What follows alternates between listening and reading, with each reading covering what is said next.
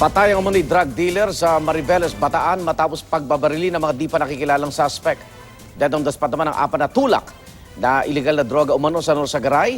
Sa Bulacan po yan nang mauwi sa enkwentro ang operasyon ng pulisya. Saksi si Von Aquino. Sa madugong engkwentro, nauwi ang operasyon sa umano'y pinagkukutaan ng Sumbilyo Drug Group sa Barangay Bigten, Norzagaray, Bulacan kagabi. Nakatunog na sila, pumutok agad sila. So wala kaming choice kundi mag-return fire. Apat ang patay kabilang ang itinuturong leader ng grupo na si Michael Cervetilio na mas kilala sa pangalang Michael Sumbilyo, isang alias Alan, alias Epoy at isang di pa nakikilalang lalaki.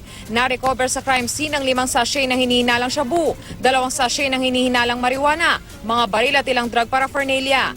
Iniimbestigahan na rin ang 3 babae at isang menor de edad na lalaking inabutan sa bahay at posibleng maharap sa kasong paglabag sa Comprehensive Dangerous Drugs Act. Patay rin matapos makipagbarilan umano sa mga pulisang 4 na lalaking target sa buy-bust operation sa Barangay Labangal, General Santos City. Ang nakaligtas nilang kasama umaming nagbebenta ng iligal na droga. Baligya naman sir. Droga. Diyan kayo nagagamit? Wala sir, wala kami gamit yan sir. Baligya lang siya sir. 3 baril, 1 sumpak, mga bala, granada at mga sachet ng shabu ang nasabat sa crime scene.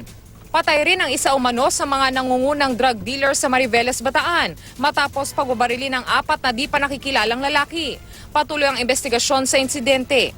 Ako si Von Aquino, ang inyong saksi.